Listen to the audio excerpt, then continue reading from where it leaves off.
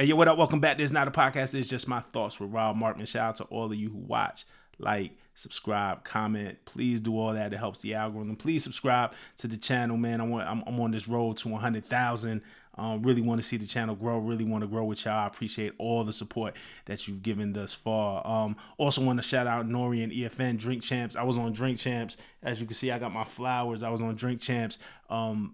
And that episode came out. We actually filmed that episode a while ago, but that episode came out this weekend, man. So shout out to everybody that watched it. Go check it out if you didn't, man. Leave a comment, tell them Rob sent you.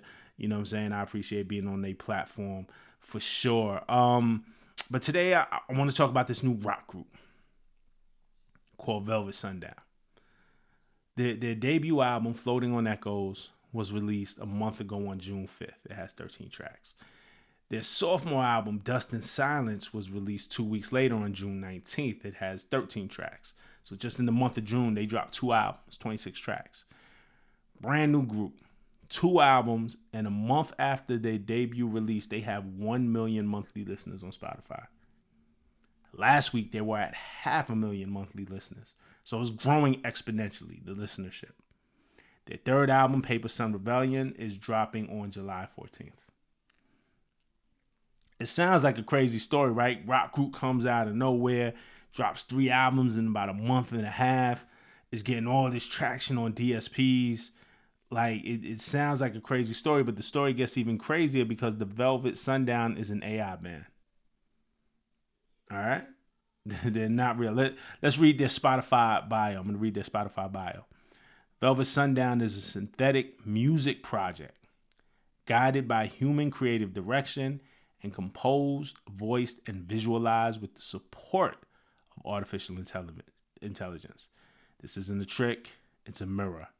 An ongoing artistic provocation designed to challenge the boundaries of authorship, identity, and the future of music itself in the age of AI.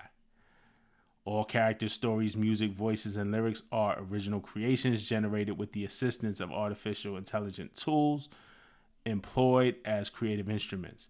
Any resemblance to actual places, events, or persons, living or deceased, is purely coincidental and unintentional. That's the legal disclaimer. That's if we refer to something that could get us in trouble, that's the fake legal disclaimer. It says, not quite human, not quite machine. The Velvet Sundown lives somewhere in between. So if y'all follow the channel, then you know that I've been skeptical of the use of AI,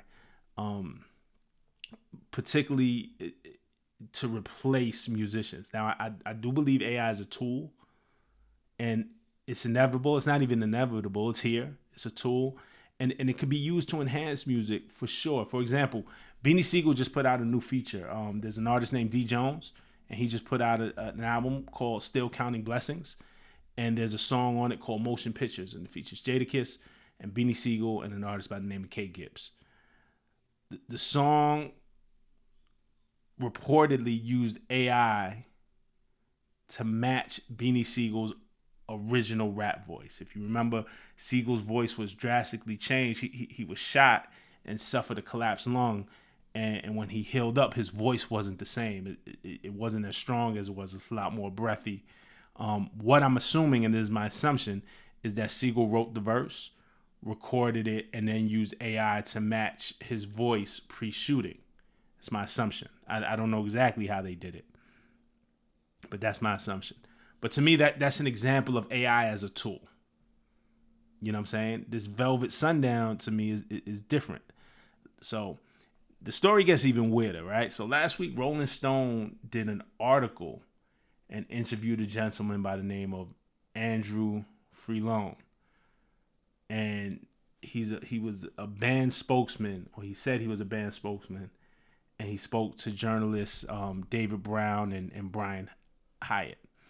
And the Rolling Stone headline read, AI banned in quotations, AI banned the Velvet Sundown, use Sono. Is an art hoax, spokesman admits. So that came out last week.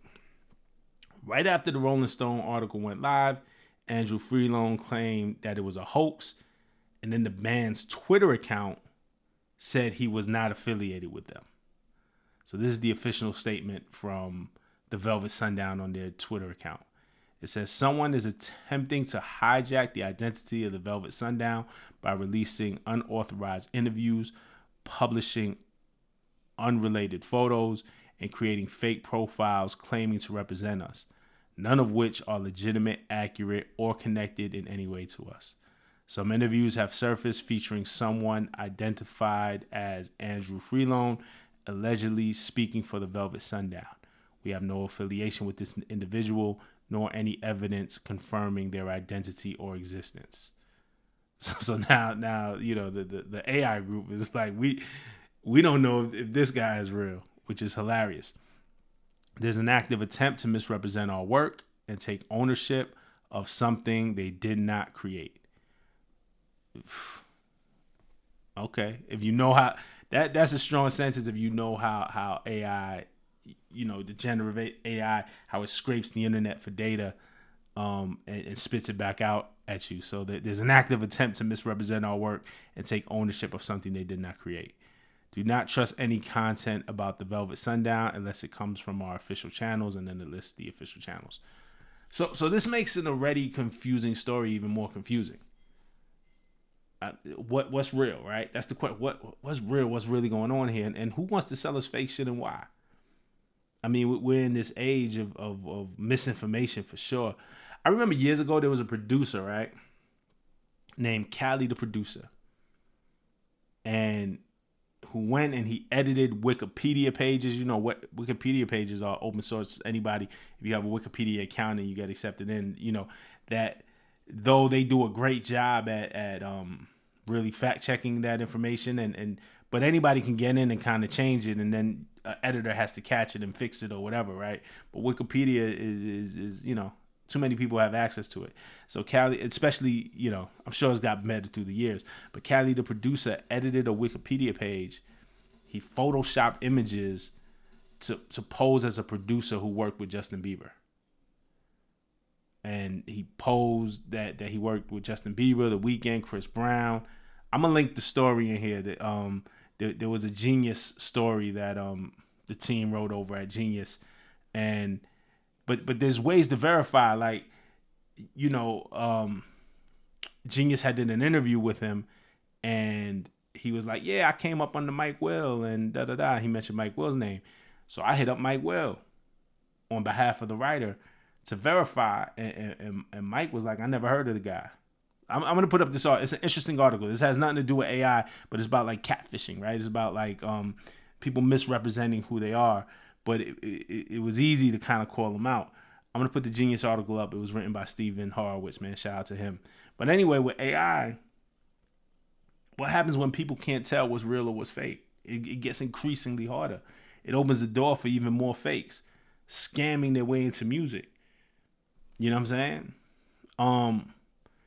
Except these companies and are like legitimizing it. And again, I'm not saying stop AI. You cannot stop AI, but there has to be checks and balances. And my thing is, we don't need it to create music. That there's 100,000 new songs uploaded to Spotify each day. More music is not a problem. Like, AI could really solve problems in the world. You know, I think it could help us with medical advancement and breakthroughs. Like, how do we cure cancer? You know what I'm saying? Things of that nature, right? How do we save the planet, like environmentally, like.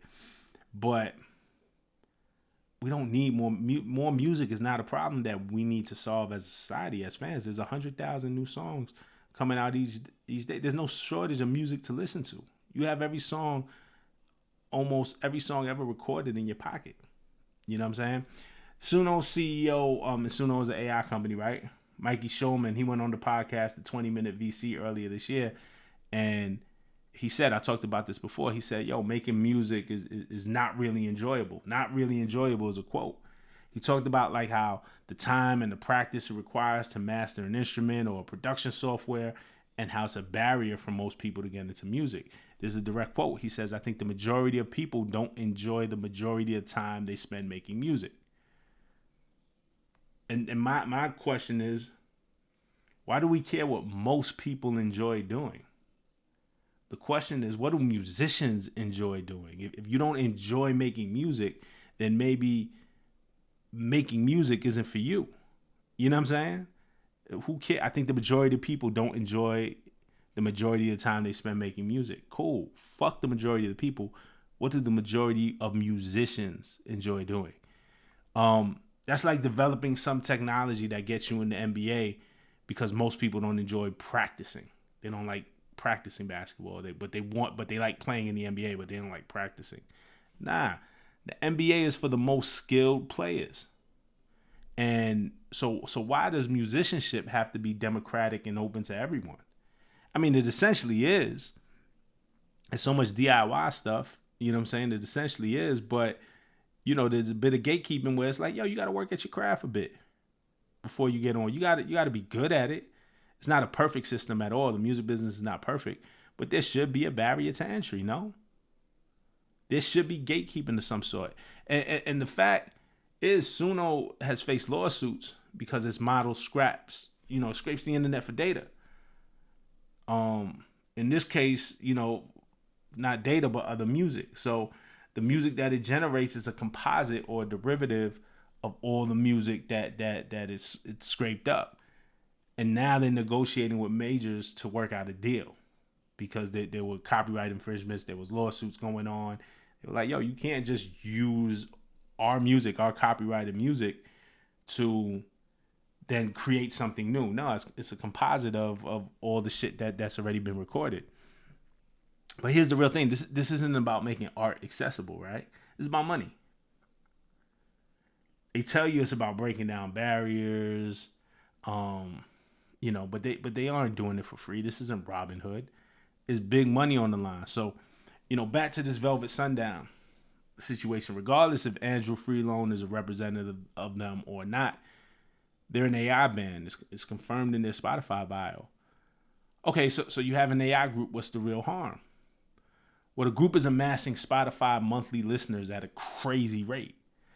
So where do the payouts go? The way that Spotify payouts work is all of our subscription money is paid out like in a pool, and that money is then split and paid artists at some rate that's made up based off of the amount of streams that they get. One problem where the system is imperfect is, let's say, I don't know, Spotify costs maybe $15 now.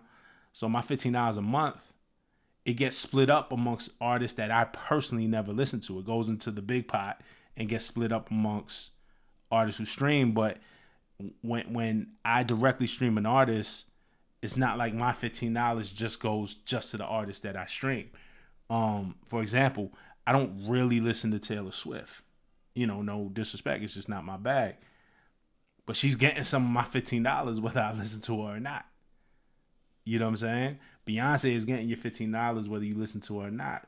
Bruno Mars, Drake. If you don't listen to Drake, he's getting some of your $15. If you don't listen to Kendrick is getting some of your $15. So it's an imperfect system already. Let's say I listened to that new JID EP 20 times this week, and it was like 80% of what I listened to. It's not like he's getting 80% of my $15. It all goes into one pot and then divvied up. But that's a whole other issue. But what happens when the money starts to get paid out, not to musicians? Well, it all gets paid out to the rights holders anyway. It gets paid out to the labels first, and then the labels pay the artists. But what happens when the money starts to get paid out to rights holders of AI music and not actual musicians? Like, there's no musician involved in the creation of any of this, right? All of a sudden, singers, songwriters, producers, instrumentalists now have to split the pie with people who just know how to write good code, who know how to write a good prompt. You know what I'm saying? Like, you don't know how to write a good song, you know how to write a good prompt. Then ask yourself this: what happens when the people who know how to write a good prompt start beating out musicians and artists for awards? Grammy CEO Harry Mason Jr. did an interview with the Wall Street Journal this week. The headline: the Grammys chief on how AI will change music. Recording Academy CEO Harvey Mason Jr., not Harry, sorry, Harvey. Harvey Mason Jr. looks ahead at a new creative process. The challenge for human artists empowers AI will give to fans. and it was written by Ann Steele. Shout out to Ann Steele. I took this, Wall Street Journal's behind a paywall, but I did screenshot this from shout out to Big Business on Twitter. Grammy Recording Academy CEO Harvey Mason Jr. says AI is here to stay, and says at the end of the day, music is music. I agree with him. AI is here to stay. And he says music is music. So no matter how it's made, the reporter asked him, he says, how good do you think AI will get at creating new music that competes with human created works? Harvey Mason Jr. says, AI is going to be much better than most people think. AI is going to be able to make great music. I believe humans are always going to be able to make better music and things that mean something to people. Reporter, do you someday see a Grammy for different types of AI created music? Harvey Mason Jr. says, I don't know yet. But I know at some point, music is music. We've never had a category for synthesized music versus organic instrument music. We've always tried to celebrate music in all its creativity and all its excellence. We'll have to see how this all blends together and how technology permeates the creative process. It's all interesting, man. No matter what side, I know there's a lot of people who defend it and say, well, it's a good thing. And again, I think it is an amazing tool, but it is a tool. What happens when it's in the hands of the people who don't have good intention?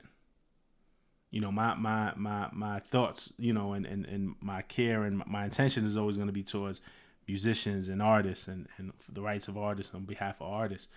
What happens when when Hollywood says, it costs too much to develop these soundtracks no more. We're paying out all of this for sync licensing.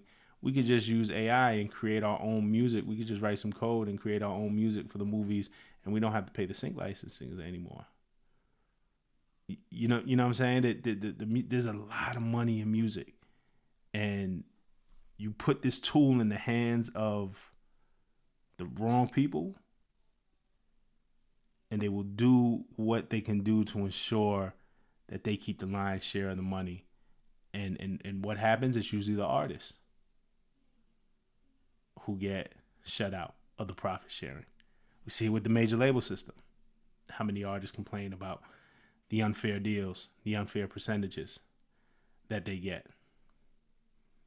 So, you put this tool in the hands of what they're going to give artists more money. Now they're going to keep, historically we've seen, they're going to keep the money for themselves.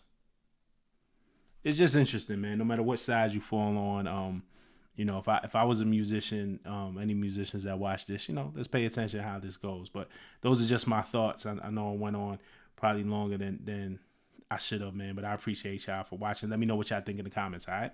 Peace.